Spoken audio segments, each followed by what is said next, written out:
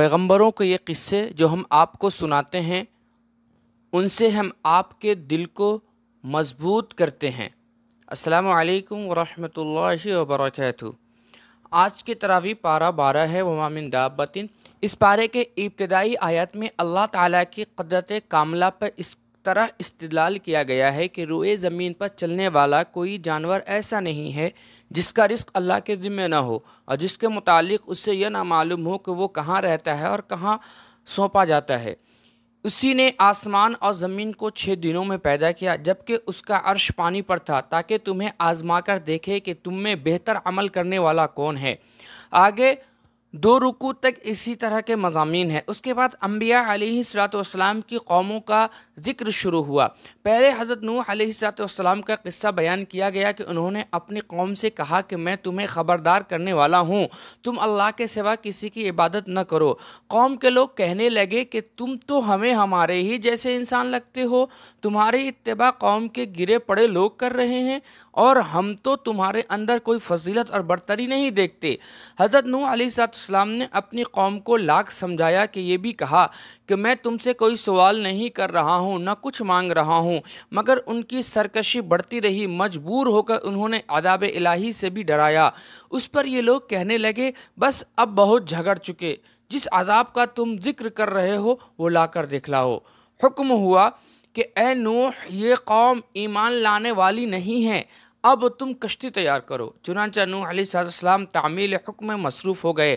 قوم کے سردار جب ادھر سے گزرتے تو کشتی بنتے ہوئے دیکھ کر خوب ہنستے۔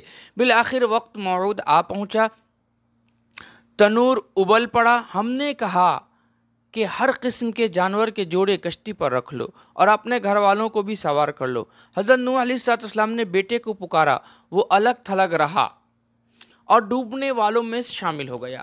اب قوم عاد کا قصہ ذکر ہوا کہ اس قوم میں حضرت ہود علیہ السلام پیغمبر بنا کر بھیجے گئے تھے۔ انہوں نے بھی وہی پیغام دیا، اے میری قوم کے لوگو، اللہ کی عبادت کرو، اس کے سوا تمہارا کوئی معبود نہیں ہے۔ ان سے یہ بھی کہا کہ اے میری قوم کے لوگو، اپنے رب سے مغفرت چاہ لو، پھر اس کی طرف متوجہ رہو، وہ تم پر آسمان سے موسلادھار بارش برسائے گا اور تمہاری اس طاقت میں مزید قوت بڑھائے گا۔ مگر قوم عاد نے سرکشی کی، اپنائے رکھا اور صاف کہہ دیا، اے ہود، آپ ہمارے سامنے کوئی دلیل تو لے کر آئے نہیں، محض آپ کے کہنے سے ہم اپنے معبودوں کو چھوڑنے والے نہیں۔ اس قوم کی اس کی شرکسی کی سزا دی گئی اور اس پر ایک ایسا عذاب آیا جس سے حضرت ہود علیہ السلام اور ان کے ساتھ ایمان لانے والوں کے علاوہ سب تباہ برباد ہو گئے۔ قوم سمود کی طرف حضرت صالح علیہ السلام کو بھیجا گیا۔ انہوں نے بھی یہی فرمایا کہ اے لوگو، اللہ کی عبادت کرو، اللہ کے سوا تمہارا کوئی معبود نہیں، اسی نے تمہیں زمین سے پیدا کیا اور اسی نے تم کو بسایا، تم اس سے معافی مانگو، پھر اس کی طرف متوجہ ہو۔ قوم نے کہا، اے صالح، تم ہمیں ان چیزوں پر پرستش سے روکنا چاہتے ہو جن کی پرستش ہمارے باپ دادا کرتے چلے آئے ہیں۔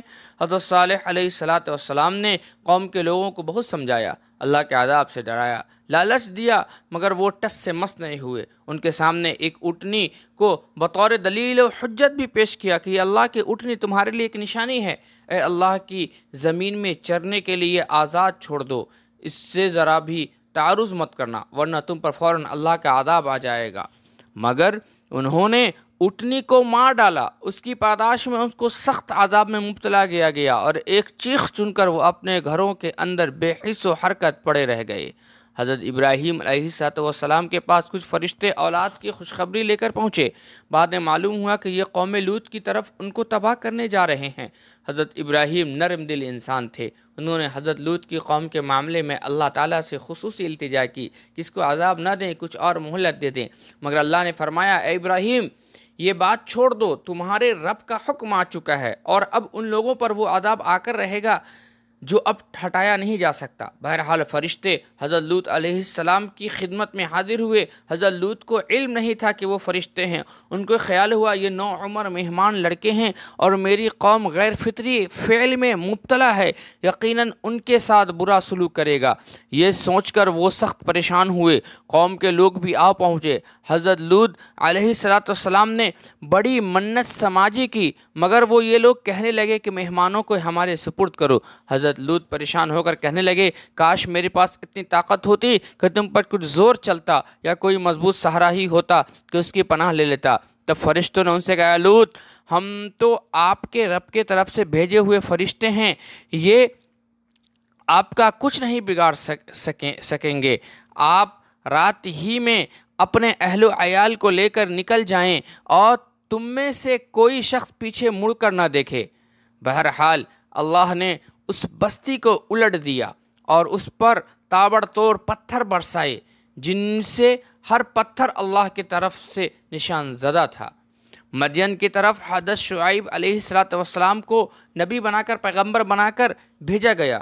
انہوں نے بھی توحید کا پیغام دیا اور یہ بھی نصیحت کی کہ ناپ تول میں کمی مت کرو، میں تم کو اچھے حال میں دیکھ رہا ہوں، مجھے ڈر ہے تم پر ایک ایسا دن آئے گا جس کا عذاب سب کو گھیر لے گا۔ قوم نے کہا اے شعیب آپ کی بہت سی باتیں تو ہمارے سمجھ میں ہی نہیں آتی، ہم دیکھتے ہیں کہ آپ ایک کمزور آدمی ہیں۔ اس قوم پر عذاب الہی نازل ہوا اس قوم پر عذاب الہی نازل ہوا، وہ اپنی بستیوں میں اوندھے منہ پڑے کے پڑے رہ گئے، جیسے ان گھروں میں کبھی بسے ہی نہیں تھے۔ اس کے بعد حضرت موسیٰ علیہ السلام کا قصہ ہے۔ یہ قصہ گزشتہ پاروں میں بھی مختلف طریقوں سے آ چکا ہے۔ اس صورت کے آخر میں اللہ تعالیٰ نے ان قصوں کے بیان کرنے کی حکمت بھی ارشاد فرمائی کہ پیغمبروں کے یہ قصے جو ہم آپ کو سناتے ہیں، ان سے ہم آپ کے دل کو مضبوط کرتے ہیں، ان سے آپ کو حقیقت کا علم اور اہل ایمان کو نصیحت اور بیداری نصیب ہوتی ہے۔ سورہ ہود ختم ہوئی، سورہ یوسف کا آغاز ہوا۔ اس سورت میں حضرت یوسف علیہ السلام کی سبق آموز داستان بڑی تفصیل کے ساتھ بیان کی گئی ہے۔ سورت کے آغاز میں فرمایا کہ یہ کتاب مبین کی آیاتیں ہیں، واضح نشانیاں ہیں۔ ہم نے قرآن کو عربی زبان میں نازل کیا تاکہ تم سمجھ لو، اور ہم اس قرآن کے ذریعے ایک بہترین قصہ بیان کرتے ہیں۔ اس سے پہلے آپ اس واقعے سے بالکل بے خبر تھے۔ اس کے بعد قصہ شروع ہوتا ہے۔ حضرت یوسف علیہ السلام نے اپنے والد حضرت یعقوب علیہ السلام سے کہا ابا جان میں نے خواب میں دیکھا ہے کہ 11 ستارے ہیں اور سورج اور چاند یہ سب مجھے سجدہ کر رہے ہیں۔ انہوں نے فرمایا اپنا یہ خواب اپنے بھائیوں سے مت بتانا ورنہ وہ تمہارے خلاف سازش کریں گے۔ ان بھائیوں نے آپس میں یہ کہا کہ یوسف اور اس کا بھائی دونوں ہمارے والد کے زیادہ چہیتے ہیں، حالانکہ ہم پورا گروہ ہیں۔ حقیقی بات یہ ہے کہ ہمارے والد بھاگ گئے ہیں۔ چلو یوسف کو قتل کر دیں یا اس کو کسی دور افتادہ جگہ پھینک آئیں کہ اس طرح تمہارے والد کی پوری توجہ تمہاری طرف ہو جائے گی، اس کے بعد پھر نیک بن جانا۔ ان میں سے کسی نے کہا کہ یوسف کو قتل نہ کرو بلکہ اس کو کسی اندھیرے کنویں میں ڈال دو، شاید کوئی قافلہ اسے اٹھا کر لے جائے۔ تصویر کے مطابق ایک روز یہ سب والد کی خدمت میں حاضر ہوئے اور عرض کیا ابا جان آپ یوسف کے سلسلے میں ہم پر بھروسہ کیوں نہیں کرتے جبکہ ہم اس کے خیر خواہ ہیں؟ آپ اسے ہمارے ساتھ بھیج دیجئے، کچھ گھومے گا پھرے گا کھیلے گا کودے گا، ہم اس کی حفاظت کریں گے۔ ابا جان نے کہا مجھے اس کا تمہارے ساتھ جانا گراں گزرتا ہے، اب مجھے یہ ڈر رہتا ہے کہیں تمہاری غفلت کی وجہ سے اس کو بھیڑیا نہ کھا لے۔ انہوں نے کہا اگر ہمارے ہوتے ہوئے اسے بھیڑیا کھا لیا تب تو ہم بالکل ہی خسارے میں ہیں۔ اسی طرح وہ لوگ یوسف کو لے گئے اور اس پر متفق ہو گئے کہ اس کو ایک اندھے کنویں میں ڈال دیں گے۔ ہم نے یوسف کو بذریعہ وحی مطلع کیا کہ ایک وقت آئے گا کہ تم اپنے بھائی کو ان حالات سے باخبر کرو گے۔ رات کو یہ لوگ روتے پیٹتے والد کے پاس آئے اور کہنے لگے ابا جان ہم آپس میں دوڑ لگا رہے تھے، یوسف کو ہم نے اپنے سامان کے پاس چھوڑ دیا تھا کہ اسے بھیڑیے نے کھا لیا۔ آپ ہمارا یقین تو کریں گے نہیں خواہ ہم سچے ہی کیوں نہ ہو۔ وہ لوگ یوسف کی قمیص پر جھوٹا خون بھی لگا کر لائے۔ والد نے کہا تم نے اپنے دل سے ایک بات گڑھ لی ہے سو میں صبر کروں گا۔ ادھر ایک قافلہ آ نکلا، اس نے اپنے سقے کو پانی میں کے لیے بھیجا۔ سقے نے پانی میں ڈول ڈالا تو پکار اٹھا مبارک ہو، یہاں تو ایک غلام ہے۔ جو پانی نکالنے کے لیے سقا ہوتا تھا پہلے، اسی کو کہتے ہیں ڈول ٹائپ کا بنا کے لوگ کرتے تھے۔ انہوں نے مال کی طرح ان کو چھپا لیا اور چند درہموں میں ان کو فروخت کر ڈالا۔ جس شخص نے مصر میں اس کو خریدا تھا اس نے اپنی بیوی سے کہا اسے اچھی طرح رکھنا، ممکن ہے یہ ہمارے کام آئے یا اسے ہم بیٹا بنا لیں گے۔ جب وہ جوانی کے پہنچے تو ہم نے ان کو حکمت اور علم عطا کیا۔ جس عورت کے گھر میں یوسف تھے وہ ان کو ورغلانے لگی، ایک دن دروازے بند کر کے کہنے لگی آ جاؤ۔ یوسف نے خدا کی پناہ، میرے آقا نے مجھے اچھا ٹھکانہ نہ دیا۔ آخر کار وہ دونوں آگے پیچھے دروازے کی طرف دوڑے اور عورت نے پیچھے سے ان کا کرتا پھاڑ دیا۔ دونوں نے عورت کے شوہر کے دروازے پر موجود پایا اسے دیکھتے ہی عورت بولی ایسے آدمی کی کیا سزا ہے جو تیری بیوی پر نیت خراب کرے۔ عورت کے خاندان والوں میں سے ایک نے گواہی دی اگر کرتا آگے سے پھٹا ہو تو عورت سچی ہے اور یہ جھوٹے ہیں، اور پیچھے سے پھٹا ہے تو عورت جھوٹی ہے، یہ سچا ہے۔ جب شوہر نے عورت کے کرتا پیچھے سے پھٹا ہوا دیکھا تو کہنے لگا یہ تو تم عورتوں کی چالاکیاں ہیں، مگر اس عورت نے پیچھا نہ چھوڑا اور انہیں جیل خانے میں ڈلوا دیا۔ جیل خانے میں یوسف کے ساتھ 2 غلام اور بھی داخل ہوئے۔ انہوں نے خواب دیکھے کہ حضرت یوسف سے ان کی تعبیر پوچھی اور وہ سچ نکلی۔ ان میں سے ایک سے حضرت یوسف نے کہا کہ اپنے آقا سے میرا ذکر کرنا، مگر وہ بھول گیا۔ اس کے بعد شاہ مصر نے خواب دیکھا اور درباریوں سے تعبیر معلوم کی۔ وہ غلام وہاں موجود تھا، اس نے جیل خانے جا کر یوسف سے تعبیر معلوم کی۔ انہوں نے بتلا دی۔ شاہ مصر کو معلوم ہوا کہ یہ تعبیر فلاں شخص نے بتلائی ہے جو جیل میں بند ہے۔ حضرت یوسف کو بلایا گیا۔ آپ نے آنے والے سے کہا پہلے اپنے آقا سے کہو کہ ان عورتوں سے معلوم کرو جنہوں نے اپنے ہاتھ کاٹ لیے تھے۔